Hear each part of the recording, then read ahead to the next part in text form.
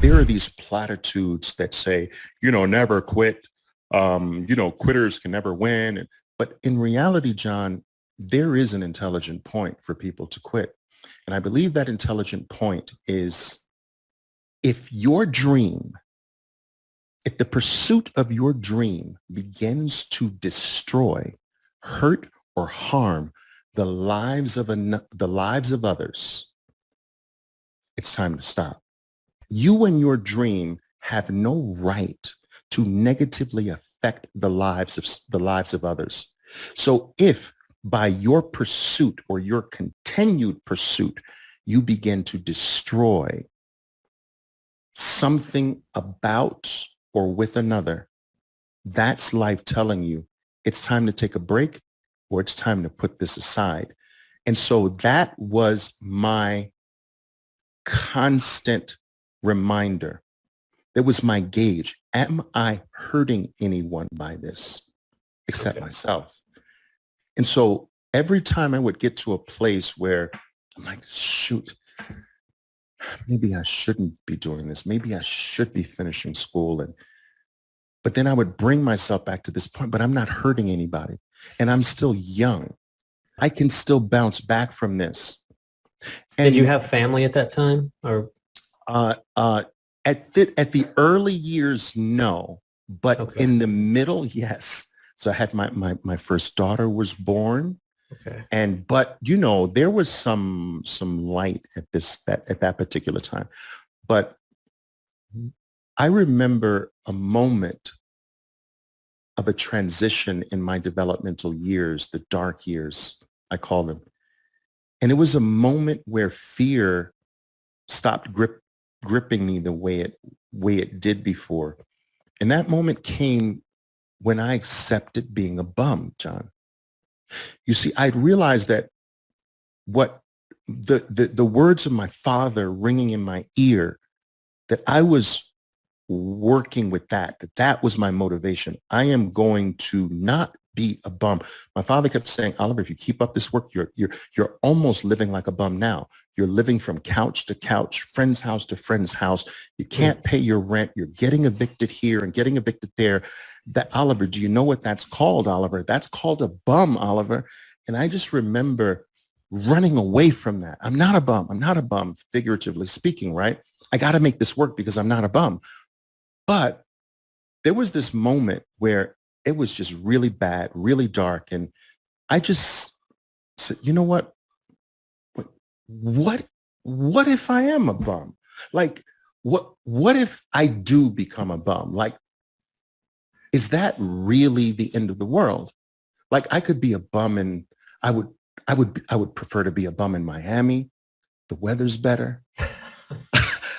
I swear to you, John, you think I'm playing. I thought this through. I'm just thinking like Oliver the bum. I can't even picture this. I will be a bum in Miami. I'll have a tin cup in one hand, a copy of the Wall Street Journal in the other.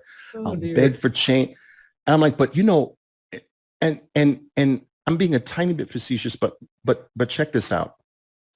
There's this moment where I feel like there are so many people in the world that do things that they're not good at. It just gives them joy.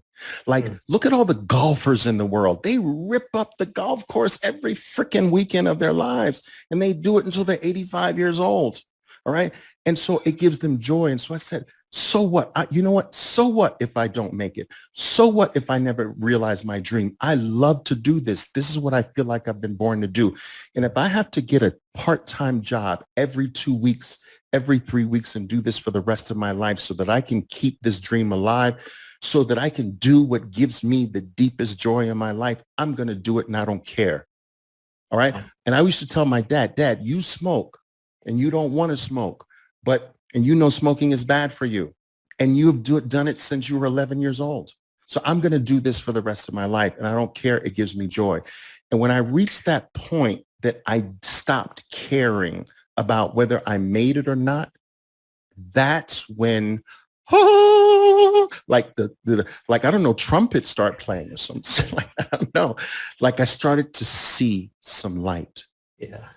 And I realized that fear was what was holding a lot of things back, Yeah, it sounds like it. I mean, it sounds like fear. It also sounds like, you hear about this all the time where you've got like these athletes that go to college and they're looking to play collegiate ball and they've got, maybe a parent that was a great athlete or something like that. So like there's all these great expectations and all this kind of stuff just like hammering you, just pressure, pressure, pressure. I think that's some amazing psychological wisdom there that you shared. That's really cool. Well, I appreciate that. Now, I do have a second question though. Sure. That from earlier. You spent a lot of time, obviously, 6 years. Now, granted, there was not a lot of repetition there because obviously you had to get a part-time job. You come back, you trade, get a part-time job. You're testing these strategies, as it were. I'm assuming. Sure. And I'm wondering, what were your biggest influences back when you were reading all those books in your mother's library? Were those the strategies that you learned from maybe some of the old technical titans, or like who were your underlying influences? Well, from a technical point of view, the only thing that really I felt was worthwhile out there was Edwards and McGee. So that was sort of like my start reading Edwards and McGee. What was it? Technical analysis of the stock market or something like that. It's a classic. It was written back in the 1950s or something like that. And just basic technical concepts. And so I started off with them. I started off taking, these technical concepts from Edwards and McGee and experimenting with them. Of course, at that time, as I told you could only experiment with real funds. And so that was really the only thing. And then experimenting with an array of technical indicators, moving averages, oscillators, stochastics, the MACD, the CCI, the RSI, and all of these things. And, I went on this just long journey of testing things to see if there was validity with real money, because everything sounded amazing on paper, Right. But very few things held up to true real money application. Very few things. Now, were you studying charts and things like that in your time off when you were actually doing your part-time job? Yes, but remember, this is before the era of digital charting. So I subscribed to this service called Mansfield's Charting Service. Heard of it. And you would get this package on Saturday, big giant package. You get 1,500 New York Stock Exchange stock charts, and you would get 4,000 NASDAQ stock charts, right? And each page had like 50 charts on it. So your first subscription came with a free magnifying glass to actually look at each square in detail. And so I studied charting with that service. And before there was digital charting services available, or at least that I was aware of or could afford or whatever at the time. And so, that was a very important service to me at the time. And as things became a little more sophisticated and other forms of technology became available, like charting from your computer and things of that nature, they became obviously extraordinarily important to me. And so it was I always say that my true professional career started in 1986 when I got my first real Wall Street trading job in December 6th of 1986.